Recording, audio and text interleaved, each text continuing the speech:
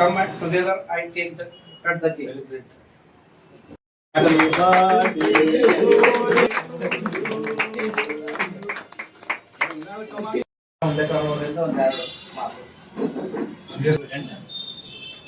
ತಮ್ಗೆಲ್ಲರೂ ಗೊತ್ತಿರೋಂಗ ಇವತ್ತಿನ ದಿವಸ GST ಹುಟ್ಟಿದ ದಿವಸ 9 ವರ್ಷ ಆಗ್ತದ. ಈಗ 9ನೇ ವರ್ಷದ ಹುಟ್ಟುಹಬ್ಬಕ್ಕೆ ಮೊದಲ ಅದಕ್ಕೆ ಹೃದಯಪೂರ್ವಕ ಅಭಿನಂದನೆಗಳನ್ನು ಸಲ್ಲಿಸಿ ಮುಂದೆ GST ಬಗ್ಗೆ ಹೇಳಬೇಕು.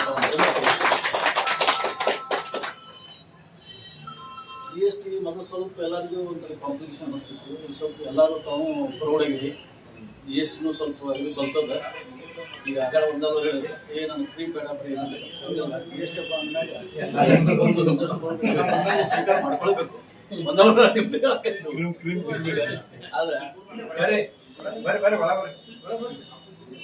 ಈ ಯಾವಾಗ 2014 ತನಕನು ಅದು ಅಮೆಂಡ್ಮೆಂಟ್ ಹಾಕೋದು ಬಂದು ಹಂಗ ಬದಲಾವಣೆ ಕ್ಲಾರಿಫಿಕೇಶನ್ ಅಮೆಂಡ್ಮೆಂಟ್ ಹಿಂಗೆಲ್ಲ ಹಾಕೋದು ಬಂದು. ಈಗ ಇದ್ರೊಳಗೂ ಸಾಕಷ್ಟು ಇದು ಆಗ್ಬೇಕು. ಇಷ್ಟು ದಿವಸ ಏನಾಯ್ತು ಬರೀ ನಾವು ಆಕ್ಟ್ ಬೇಕನೇ ಇದು ಆಯ್ತು. ಇನ್ನೇನದ ಇಷ್ಟು ಹೆಂಗದ ಸದ್ಯ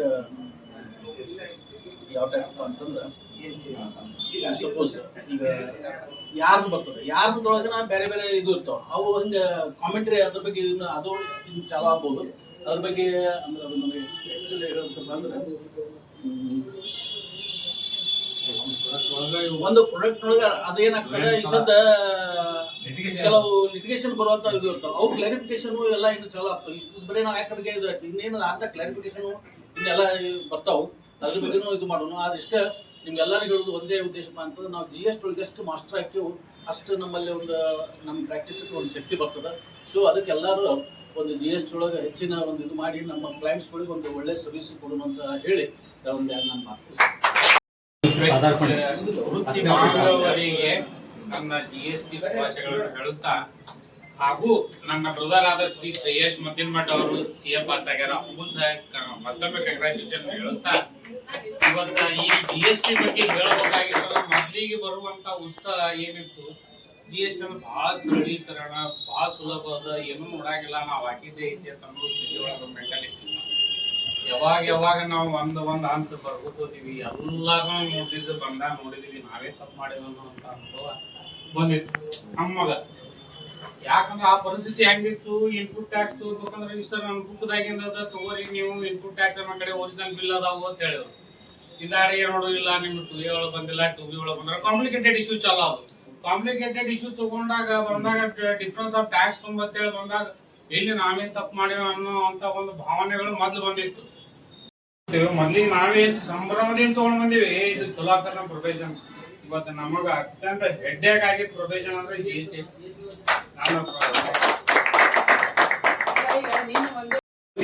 ಫಸ್ಟ್ ಟೈಮ್ ಸ್ಟ್ರೈಕ್ ಮಾಡಿದ್ವಿ ಬಿಜಾಪುರ ಟ್ಯಾಕ್ಸ್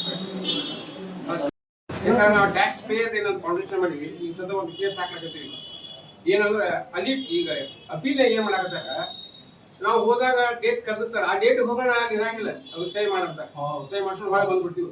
ಮುಂದಿನ ವಾರ ಬಂದಾಗ ನಾಟ್ ಅಪೀಲ್ ಅಂತ ಡಿಸ್ಮಿಸ್ ಮಾಡತ್ತೆ. ಪ್ರಪ್ರಥಮವಾಗಿ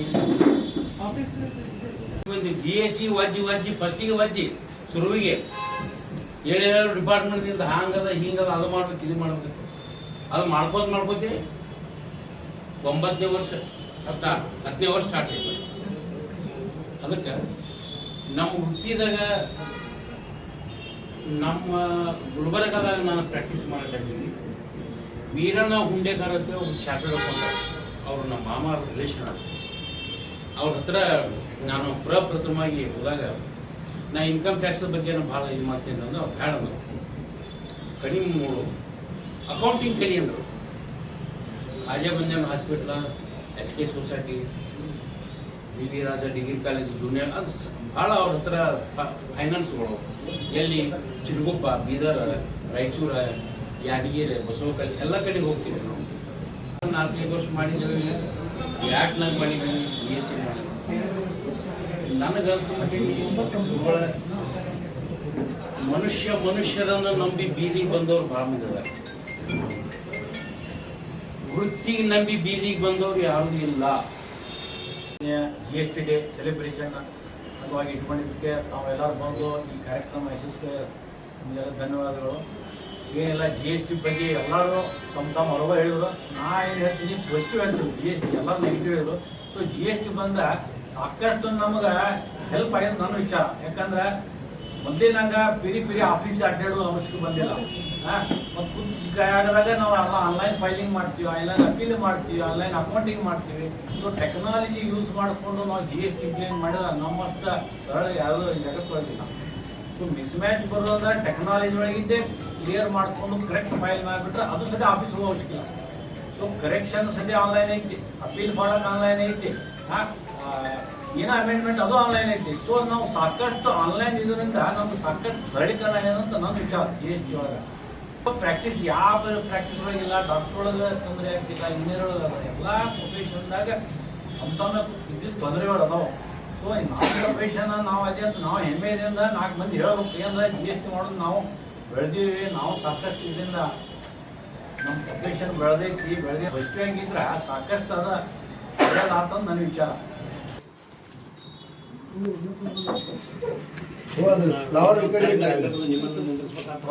ಅವರಂತೆ ನಮ್ಮ ಹೊಸದಾಗಿ ಸಿಹಿ ಆದಂತ ನಮ್ಮ ಶ್ರೇಯಸ್ ಮಧ್ಯಮಠ ಅವರು ಬಂದಾರೆ.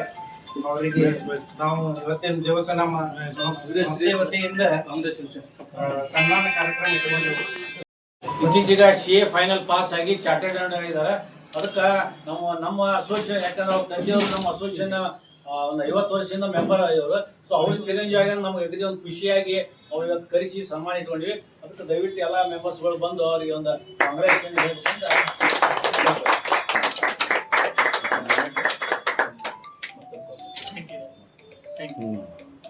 ಸೊ ನಾವು ಇನ್ನೊಮ್ಮೆ ಶ್ರೇಷ ನಮ್ಮ ಮೆಂಬರ್ ಆಗ್ಬೇಕಂತ ಒಂದು ಆಶೆ ಐತಿ. ಅಸೋಸಿಯೇಷನ್ ಮೂರನೇ ಜನರೇಷನ್ ಅಂತ ನಾ ತಿಳ್ಕೊತೀನಿ. ಸಲಹಾ ಸೂಚನೆ ಕೊಡ್ಲಿ ನಮ್ಮ ಮೆಂಬರ್ಸ್ ಅಂತ. Third person in same family. ನನ್ನ ಹೆಸರು ಶ್ರೇಯಸ್ ಮಧ್ಯಮಠ ಅಂತ.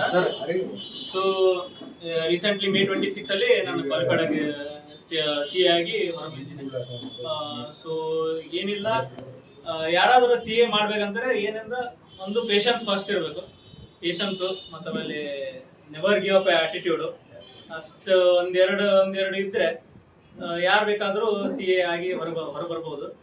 ಸೊ ಎಲ್ಲ ಮನೆಯಲ್ಲಿ ನಮ್ಮ ಅಪ್ಪವರಾದ್ರೆ ವಿಶ್ವನಾಥ್ ಮಧ್ಯಮಠ ಅವರು, ಅವ್ರ ಗೈಡೆನ್ಸು, ಮತ್ತು ಆಮೇಲೆ ನಾನು ಆರ್ಟಿಕಲ್ಶಿಪ್ ಮಾಡಿರೋ ಮತ್ತು ಕಮಲೇಶ್ ಪೂರಾಲ್ ಅವ್ರ ಕಡೆ. ಸೊ ಫಸ್ಟ್ ನನ್ನ ಪ್ರೊಫೆಷನಲ್ ಗುರುಗಳು ಅಂತ ಹೇಳ್ಬೇಕಂತ ಅನ್ಕೋತೀನಿ ಕಮಲೇಶ್ ಪೂರಾಲ್ ಅವರು. ಸೊ ಅವ್ರ ಗೈಡೆನ್ಸ್ ಅಲ್ಲೇ ಒಂದು 3 ವರ್ಷ ಆರ್ಟಿಕಲ್ಶಿಪ್ ಟ್ರೈನಿಂಗ್ ಅದು ಮುಗಿಸ್ಕೊಂಡು ಅದೆಲ್ಲ ಗೈಡೆನ್ಸ್ ಎಲ್ಲ ಟ್ರೈನಿಂಗ್ ಎಲ್ಲ ಇದು ಆಗಿ ಸೊ ಇವಾಗ CA ಆಗಿ ನಿಂತಿದೆ. Okay, thank you. ಆ ದಿವಸ ಗುರುತತ್ವ ಅಂತ ಹೇಳ್ತೀವಲ್ಲ, ಗುರುತತ್ವ 1000 ಪಟ್ಟು ಹೆಚ್ಚು ಕಾರ್ಯನಿರತವಾಗಿರ್ತದೆ. ಗುರುತತ್ವ ಅಂದ್ರೆ ಬೇಸಿಕ್ಲಿ ಗುರುಗಳ ಸಂಕಲ್ಪ ಮತ್ತು ಗುರುಗಳ ಕೃಪೆ. ಇದು ಬಹಳ ಮಹತ್ವದ್ದು ನಮ್ಮ ಜೀವನ.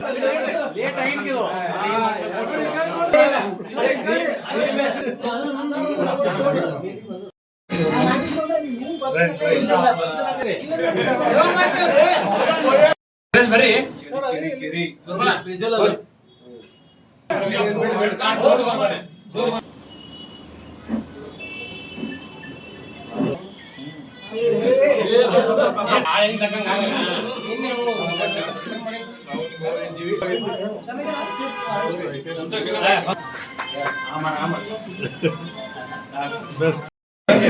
ಕರ್ನಾಟಕದಾಗೆ ಎಲ್ಲ ತಯಾರಾಗಿಲ್ಲ. ಯಾಕ್ರಿ ಫೇವರ್ ಇದು ಮಾಜಿ ಸೆಕ್ರೆಟರಿ ಅವರಿಂದ ನೋಡಿ ಚಾಲು ಮಾಡ್ರಿ. ಅಲ್ಲೇ ಬೇಡ ಅಲ್ಲಿ ಬಲ್ಲಿ ಅಲ್ಲಿ ಸ್ಟೇಜ್ ಮಾತಾಡ